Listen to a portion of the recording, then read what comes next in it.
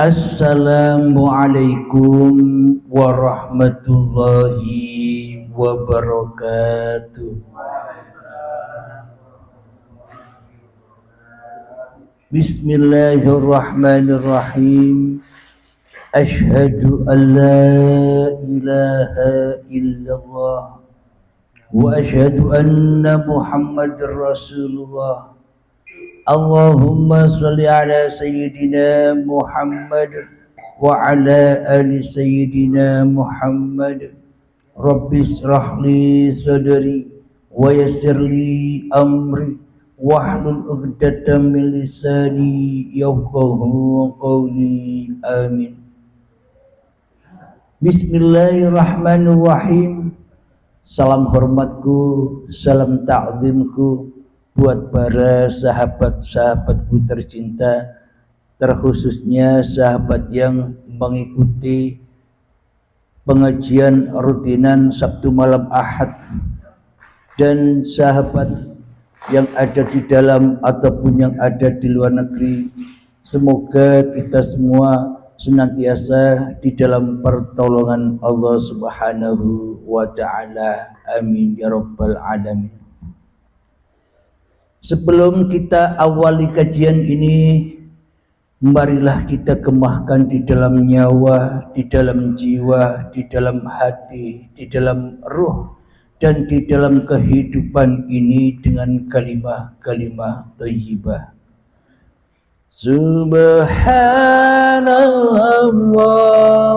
walhamdulillah wala ilaha illallah wallahu akbar wala haula wala quwwata illa billahil aliyyil azim.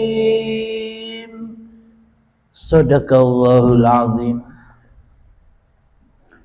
Pada malam rutinan Sabtu malam Ahad ini, tajuknya kami beri judul menyaksikan wujudnya Allah lewat kewujudan diri manusia kita. Alhamdulillahirabbil alamin. Jadi memang sangat amat pentingnya belajar ilmu ketuhanan ini, karena kebanyakan manusia beragama, kebanyakan manusia bertuhan hanyalah sekedar beragama dan bertuhan kepada formalitas saja, tidak sampai menyentuh hakikat agama itu sendiri, tidak sampai menyentuh hakikat Tuhan yang disembah itu sendiri, karena semuanya serba dengan kepalsuan saja, dengan kebohongan saja, dengan halusinasi saja, dengan imajinasi manusianya saja di dalam beragama dan di dalam bertuhan. Apapun itu nama agamanya, apapun itu nama golongan-golongannya, apapun itu nama aliran-alirannya, tidak peduli. Yang terpenting di dalam masing-masing hati kita sudah mengenal siapakah Tuhan yang sebenar-benarnya yang berhak disembah itu. Maka dari itu di dalam ajaran ilmu ketuhanan, yakni ilmu tauhid atau ilmu hakikat makrifat, ada ayat awaluddin ma'rifatullah. Awal manusia beragama itu wajib tahu Allah, wajib kenal Allah, wajib berjumpa dengan Allah, wajib menyaksikan Allah. Agar apa? Agar tidak salah sembah, agar tidak salah ngabdi, agar tidak salah menghamba. Bila tidak kenal Tuhan, bila tidak pernah menyaksikan Tuhan, bila tidak pernah bertemu Tuhan, bagaimana mungkin kita bisa bertuhan? Akhirnya kita seperti selama ini salah Tuhan.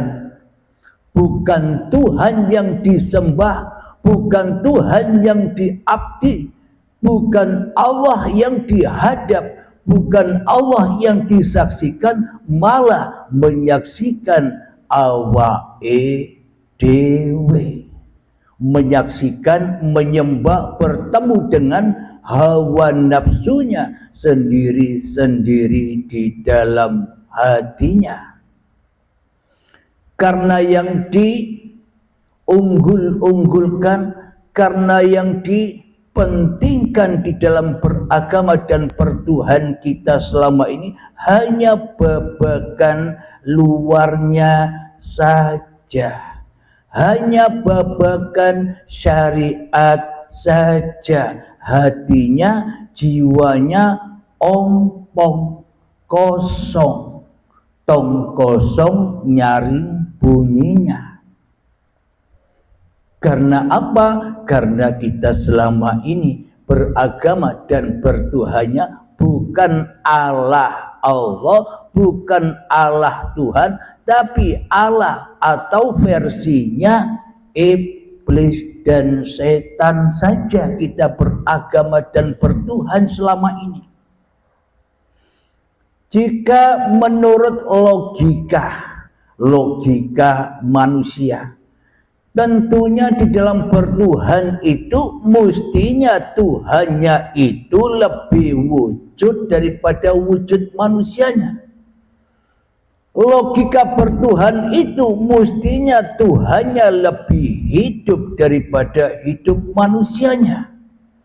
Logika bertuhan itu mestinya Tuhannya lebih berkuasa atas diri manusianya daripada manusianya yang menguasai Tuhan selama ini. Logikanya kan demikian.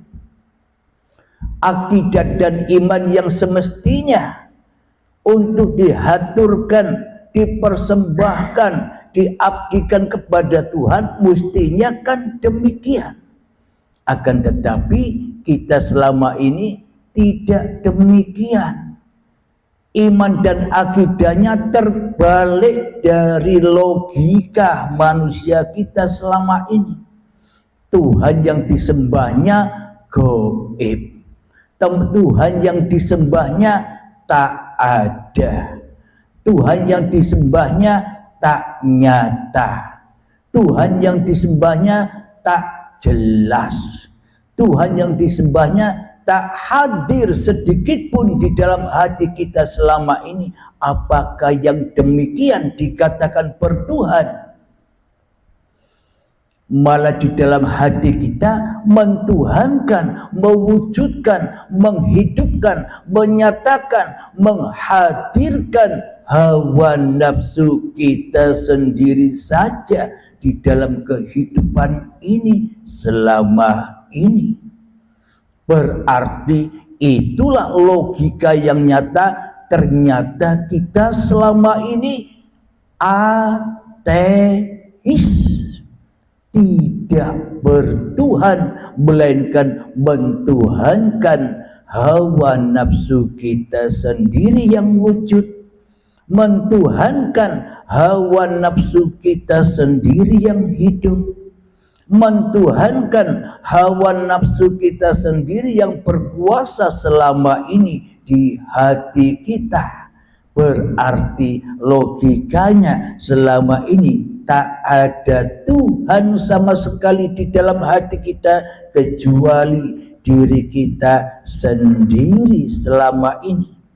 Lalu apa bedanya dengan Fir'aun yang tak ada Tuhan di dalam hatinya?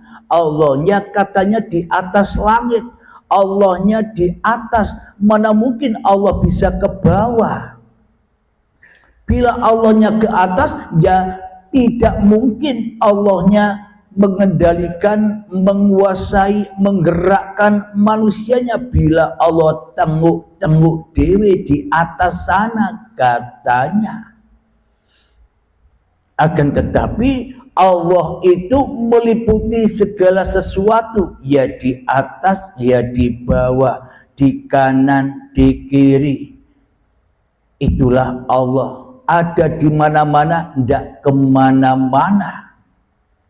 Meliputi segala sesebutan apapun yang disebut-sebutkan makhluk. Apa buktinya? Kalau Allah itu meliputi apapun sebut-sebutan yang disebut-sebutkan makhluk, buktinya bila tak ada uripe Allah, bila tak ada hidup, apa ada makhluk? Bila tak ada hidup, apa ada sebut-sebutan?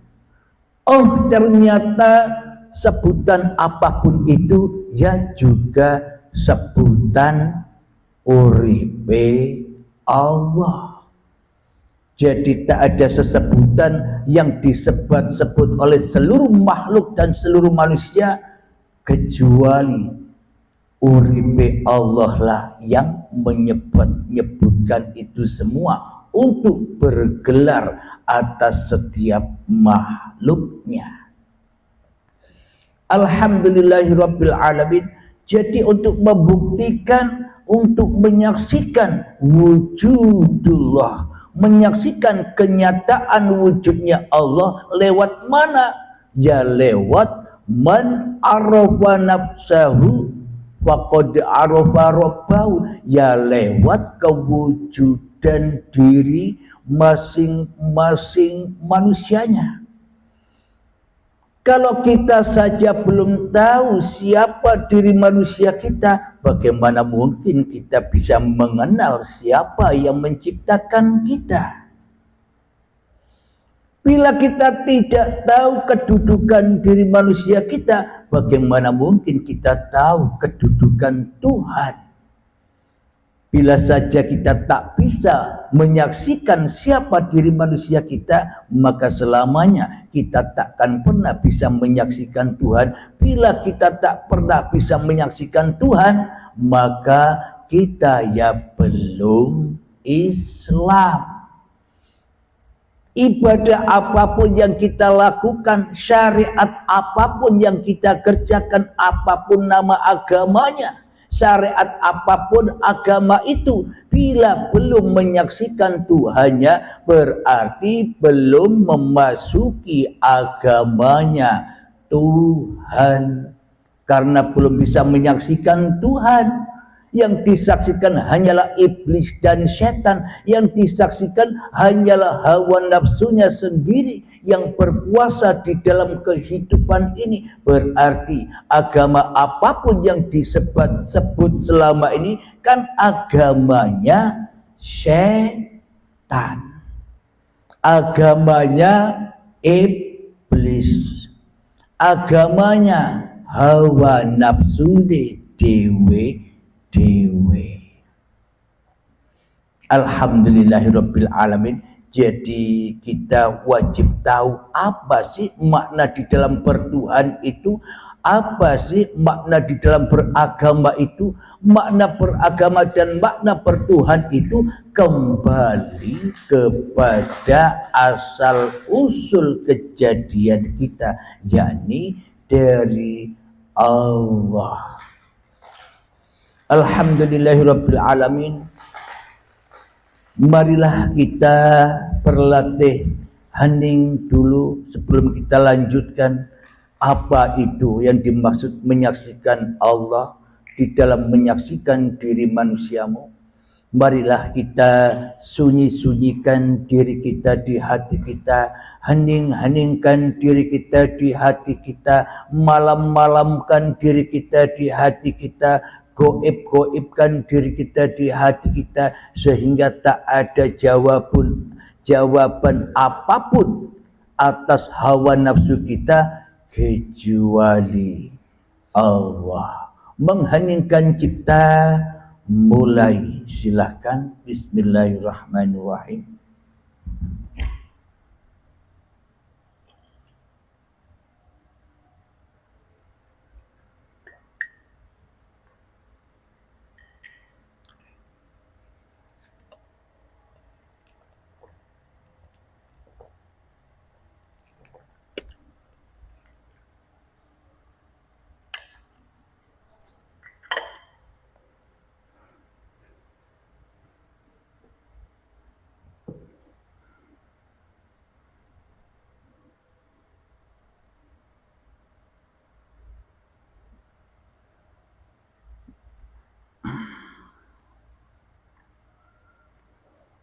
Alhamdulillahirabbil alamin. Mengheningkan cipta selesai. Jadi bagi manusia yang bisa menghening-heningkan diri manusianya di hatinya, itulah agama. Bila manusianya bisa mensunyi-sunyikan dirinya di hatinya, itulah agama. Bila manusianya bisa menggoib-goibkan dirinya di hatinya, itulah baru agama yang dicari oleh seluruh manusia. Kenapa dicari oleh seluruh manusia? Seluruh manusia apa yang dicari di dalam kehidupan ini? Sesungguhnya seluruh manusia hidup di dunia ini sesungguhnya mencari kematian. Dewe. Anda belajar ilmu yang banyak, Anda mencari harta yang banyak, Anda mencari istri yang banyak, toh ujung-ujungnya mati. Itulah yang dicari oleh manusia yang sesungguhnya. Kita selama ini mencari dunia, mencari hal-hal yang selain Allah. Kita selama ini tertipu oleh hawa nafsu kita sendiri. Padahal jalan kematian itu sungguh indahnya. Berhubung manusianya masih ingin jadi Tuhan terus di dalam hatinya, ya takut mati, ya tidak ingin mati. Kenapa Tuhan saja yang mati? Aku ingin hidup terus.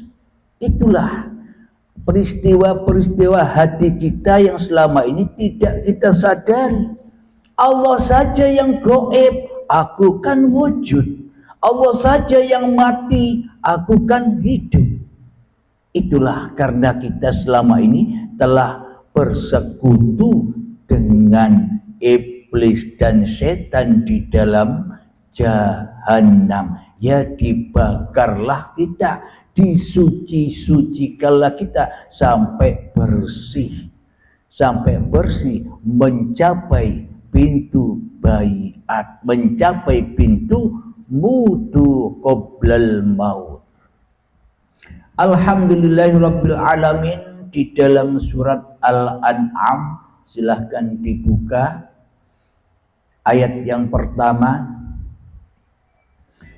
A'udzu billahi minasy syaithanir rajim. Bismillahirrahmanirrahim.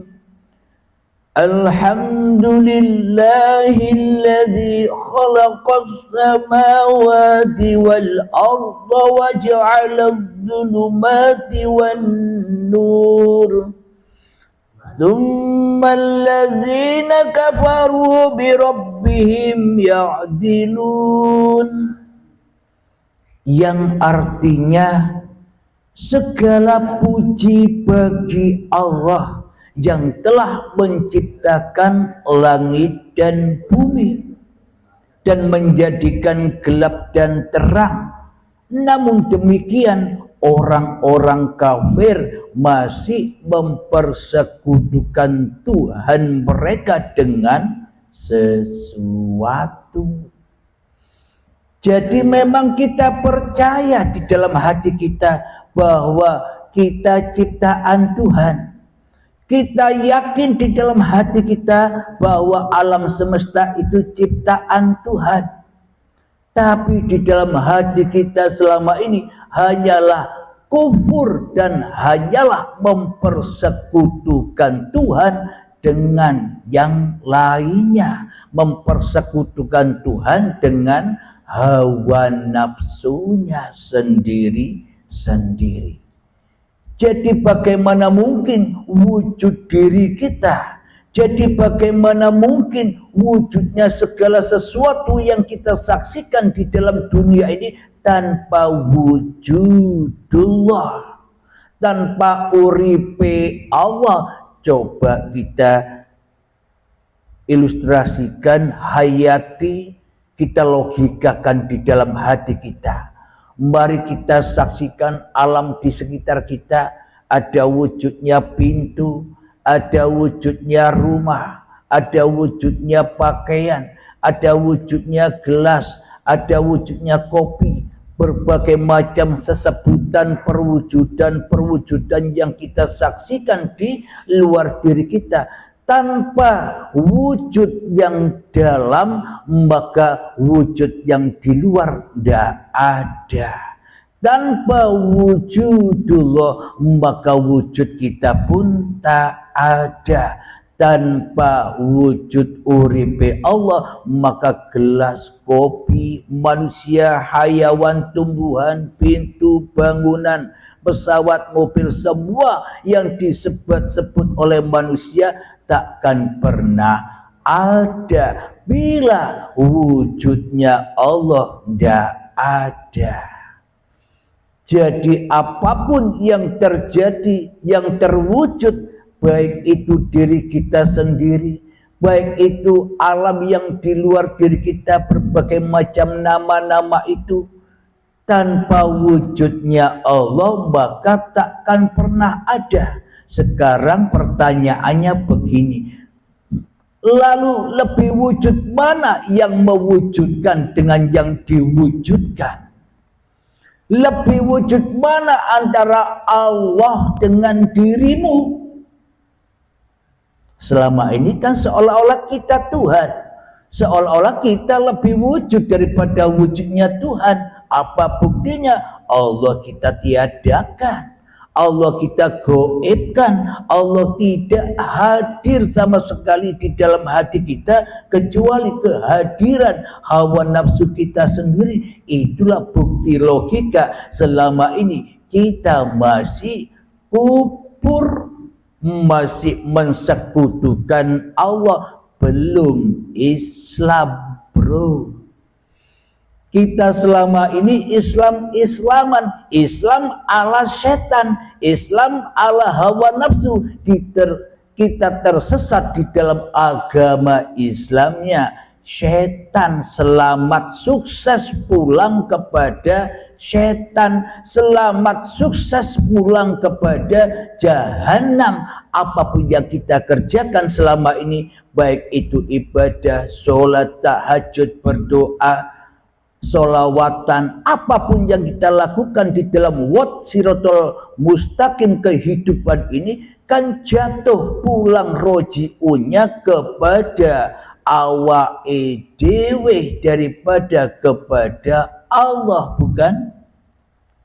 Selama ini kita beraktivitas di dalam hati kita maha besar linafsi manusia kita yang memegang peranan sebagai Tuhannya segala apa yang kita aktivitaskan selama ini.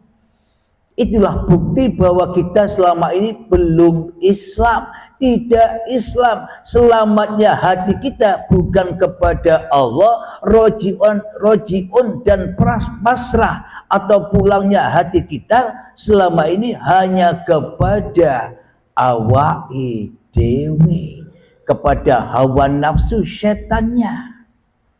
Karena itulah wajib kita memerangi setan, wajib kita memerangi hawa nafsu, wajib kita berontak dari belenggu-belenggunya hingga kita bisa hijrah dari alam kegelapan, dari alam fana, dari alam setan, dari alam jahiliyah menuju ke alam yang terang benderang, alam keabadian, alam ilahiyah, alam lillahi ta'ala.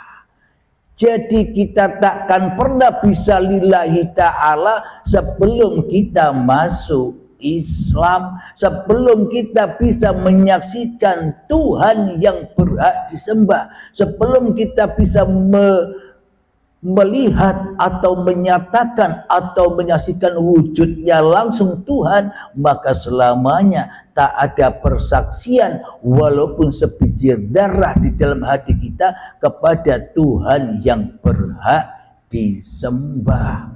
Penyaksian kita hanyalah kepada iblis dan setan saja. Ya, sesat terus apa yang kita lakukan. Syariat apapun yang katanya menurut agamanya syariatnya bagus, baik, afdal, tapi di sisi Allah buruk, fahsya wal mungkar. Kenapa? Karena hatinya selalu mensekutukan Allah, mensekutukan wujudnya Allah, mensekutukan hidupnya Allah, mensekutukan kekuasaannya Allah di dalam aktivitas-aktivitasnya. Ini yang belum kita dengar selama ini, penjelasan-penjelasan tentang rahasia-rahasia hati ini. Kenapa? Karena selama ini dirahasiakan. Maka ya tetaplah rahasia. Maka dari itu jangan kita rahasiakan lagi kebodohan kita, jangan kita rahasiakan lagi kesesatan kita selama ini di dalam bertuhan, agar jelas nampak wat siratal mustaqim, menuju jalan Tuhan itu, agar wat sampai sudah kepada Tuhannya. Itulah Islam, itulah kendaraan manusia-manusia yang dikehendaki Allah. Apa? Barokahnya hatimu menuju Tuhanmu yang telah menciptakanmu. Jadi setiap detik, setiap waktu kita bisa lillahi ta'ala ketika kita sudah masuk Islam, masuk agamanya Allah. Selama ini kita membela agama Islam, membela agamanya iblis. Apa maknanya? Kita merasa yang paling benar, kita merasa yang paling ada. Apa makna membela agama Allah itu? Yang dimaksud membela agama Allah itu, belalah uripe Allah daripada engkau membela hidupmu sendiri di hatimu. Belalah kewujudan Allah di dalam hatimu, jangan engkau bela kewujudan manusiamu di hatimu. Belalah kekuasaan Allah di dalam hatimu, jangan kau membela kekuasaanmu sendiri di dalam hatimu. Itulah yang dimaksud membela agama Allah itu bagi orang-orang yang sudah masuk agama Islam.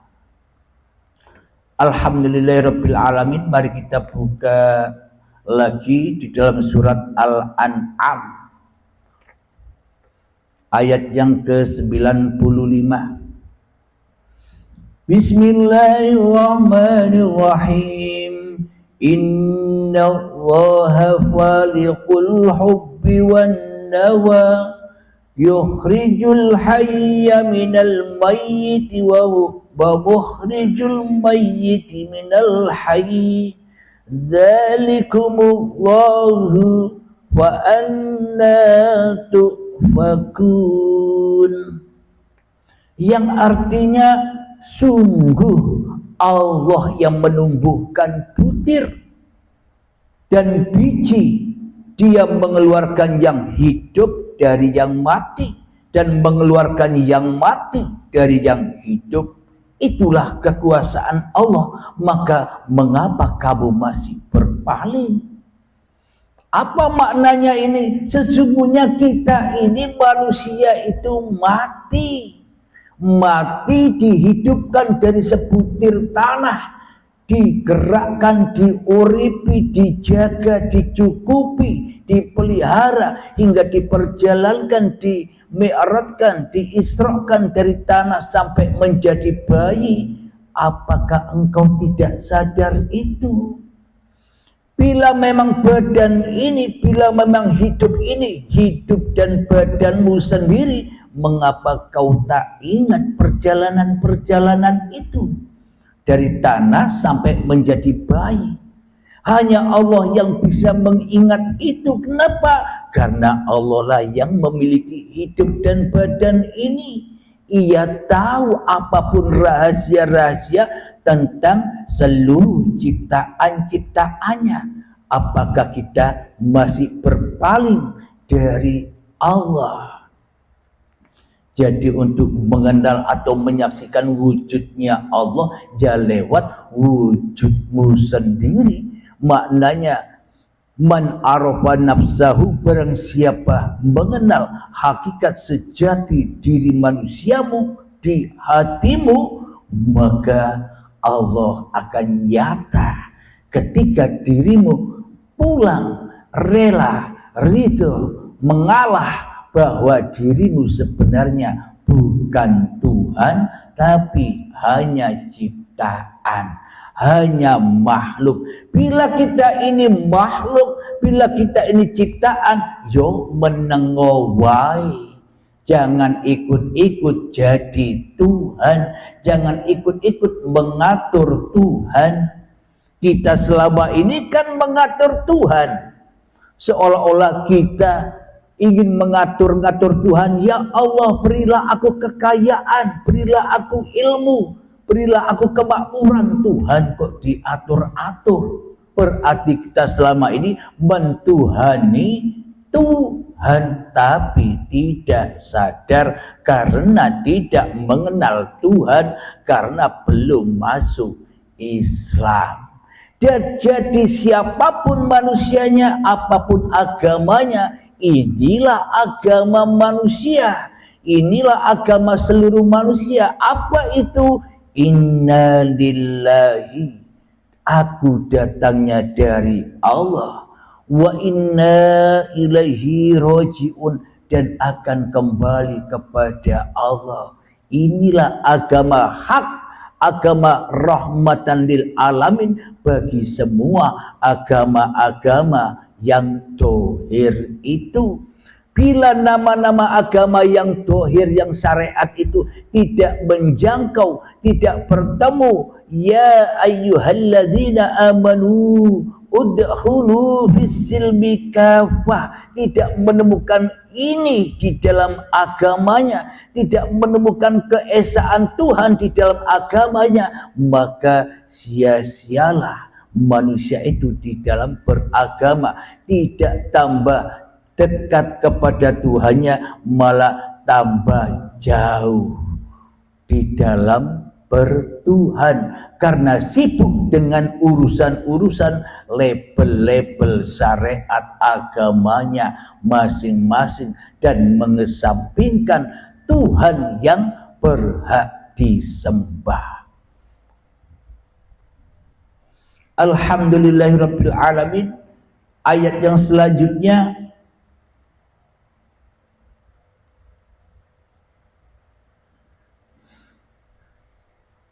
Bismillahirrahmanirrahim. Al-An'am 96. Faliqul isbah waja'ala al-laila sakanan wasyamsa wal qamara husbana dzalika taqdirul azizil alim.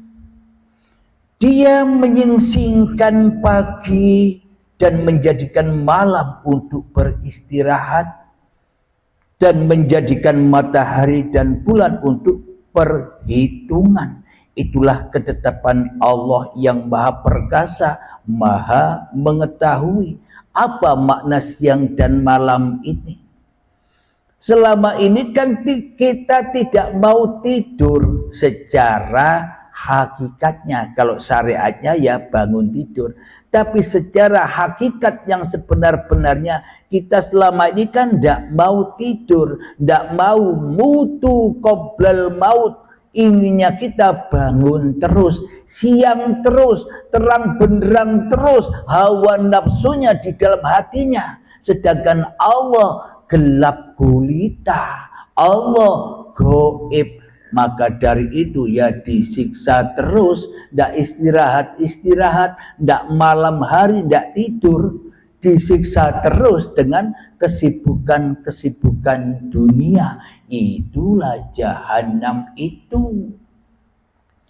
Dia menyingsingkan pagi dan menjadikan malam untuk beristirahat. Disuruh istirahat, disuruh ndak jadi Tuhan, ndak mau, ya tersiksa terus. Disuruh istirahat, disuruh tidur, disuruh masuk Islam, mentuhankan hanya Allah yang ada, kok ndak mau.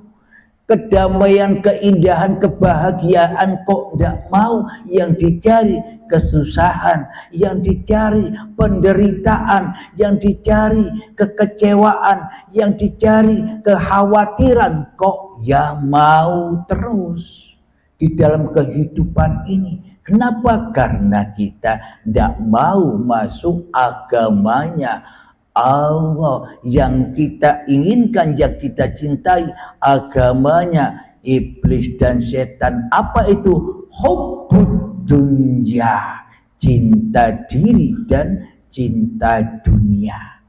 Kita lanjutkan ayat ke-97 di surat Al-An'am. Wa huwa alladhi ja'ala lakumun nujuma litahtadu biha fi dhulumatil barri wal bahr. Qad fassalnal ayati liqaumin ya'lamun. Dan dialah yang menjadikan bintang-bintang bagimu agar kamu menjadikannya petunjuk dalam kegelapan di darat dan di laut. Kami telah menjelaskan tanda-tanda kekuasaan kami kepada orang-orang yang mengetahui. Apa makna yang sebenarnya di balik ayat ini? Dan dialah yang menjadikan bintang-bintang bagimu agar kamu menjadikannya petunjuk dalam kegelapan di darat dan di laut. Apa maknanya bintang-bintang? Segala aktivitas Anda di dalam kehidupan itulah bintang-bintang itu. Sholat itu bintang, ibadah itu bintang, duduk berdiri bintang, makan minum bintang, mandi bintang, bekerja bintang, ke ladang bintang, naik motor bintang, semua itu bintang-bintang, tanda-tanda kekuasaan Allah. Tapi kita tidak bisa menyaksikan tanda-tanda itu. Kenapa? Karena kita belum Islam. Yang tidak tahu tanda-tanda ayat-ayatnya Allah, yang dibaca, yang dilihat, yang disaksikan hanya ayat-ayatnya iblis, ayatnya hawa nafsu dewe yang merasa bisa mengerjakan itu semua. Itulah tanda bahwa Islam yang kita peluk selama ini, Islamnya, agamanya iblis, Nasraninya iblis, Yahudinya iblis, semuanya serba iblis. Bila yang nyata di dalam hati kita, bila yang wujud di dalam hati kita, bila yang hidup di dalam hati kita, hanya diri kita sendiri yang tak punya Tuhan. Karena kita yang jadi Tuhan. Karena itulah kita tak bisa nyembah Tuhan, akhirnya nyembah setan. Kumpul setan di mana? Di neraka jahanam yang berbahan bakar badan-badan manusia, dan hati yang keras melebihi kerasnya batu. Itulah neraka jahanam. Kapan? Ya sekarang. Masa besok? Kalau besok kan badannya ndak ada, hatinya ndak ada, ya ndak ada lagi nerakanya. Ayat yang selanjutnya Al-An'am 98. Wa huwallazi ansha'akum min nafsin wahidatin wa mustaqarrun wa mustawda'. Qad fassalnal ayati liqaumin yafqahun. Dan dialah yang menciptakan kamu dari diri yang satu, dalam kurung Adam. Maka bagimu ada tempat menetap dan tempat simpanan. Sesungguhnya telah kami jelaskan tanda-tanda kebesaran kami kepada orang-orang yang mengetahui. Jadi, dan dialah yang menciptakan kamu dari diri yang satu. Siapa diri yang satu? Anda semua, kita semua, alam semesta ini titisan yang satu.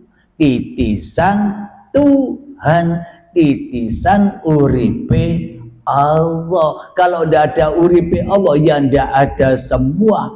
Inilah yang dimaksud, pandanglah yang banyak pada yang satu. Pandanglah yang satu pada yang banyak. Jadi sungguh indah ayat-ayat Allah yang belum pernah diungkap ayat atau arti yang sebenar-benarnya, mutasyabihatnya. Karena selama ini arti yang tertulis itu hanya kiasan, sanepan saja, bukan makna yang sebenar-benarnya. Tergantung golongan manusianya. Bila golongan manusia masih duduk di syariat saja, duduk anteng, duduk manis, hanya cinta pada syariat-syariat manusianya saja, ya, yang dibaca, yang tersurat. Akan tetapi hanya Allah lah yang tahu rahasia, dan rahasianya yang tersirat di dalam tanda-tanda ayatnya. Hanya orang-orang yang dikehendaki saja yang bisa mengetahuinya, tapi bukan ketahuan, atau bukan yang mengetahui, bukan makhluknya lagi, tapi ya Allah sendiri yang tahu.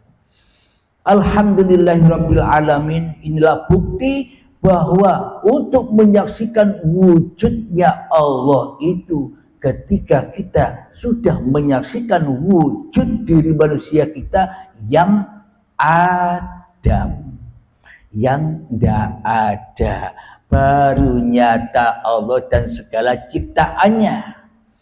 Alhamdulillahirabbil alamin.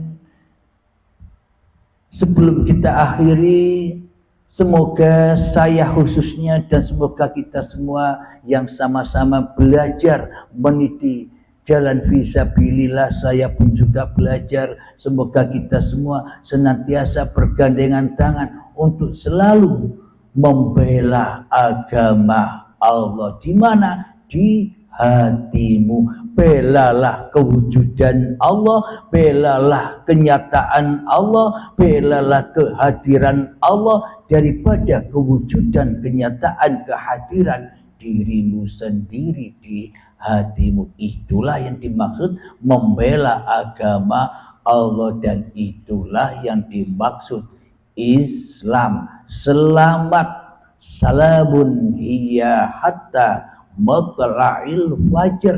Selamatlah hatinya hingga muncul fajar, hingga terang benderanglah uripe Allah yang meliputi dirinya dan yang meliputi segala sesuatu.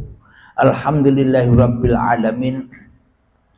Sebelum kita akhiri, marilah kembangkan salawat dalimin daful bala. Allahumma sholli ala sayyidina Muhammad wa azghili zalimin bil zalimin. Allahumma salli ala sayyidina Muhammad wa azlili zalimin zalimin wa akhrijna min bainihim salimin wa ala alihi wa sahbihi ajma'in. Alhamdulillahi rabbil alamin. Allahumma ya qadiyal hajat, Allahumma ya mujibad da'awat, Allahumma ya rafi'ad darajat, Allahumma ya muhillal muskilat, Allahumma ya syafiyal amrad, Allahumma ya kafiyal muhimmat, Allahumma ya dafi'al baliyat, Allahumma khtim lana bil iman, Allahumma khtim lana bil islam. Rabbana atina fid dunya hasanah wa fil akhirati hasanah wa qina adzaban nar. Wa sallallahu ala sayyidina Muhammad wa ala alihi wa sahbihi wa sallam. Walhamdulillahi rabbil alamin. Akhir kalam. Assalamualaikum warahmatullahi wabarakatuh.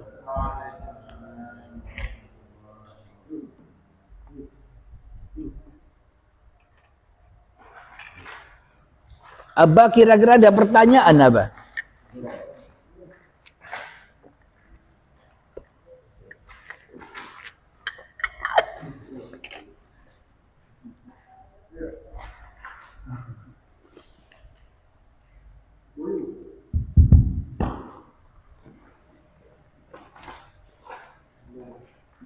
Alhamdulillah.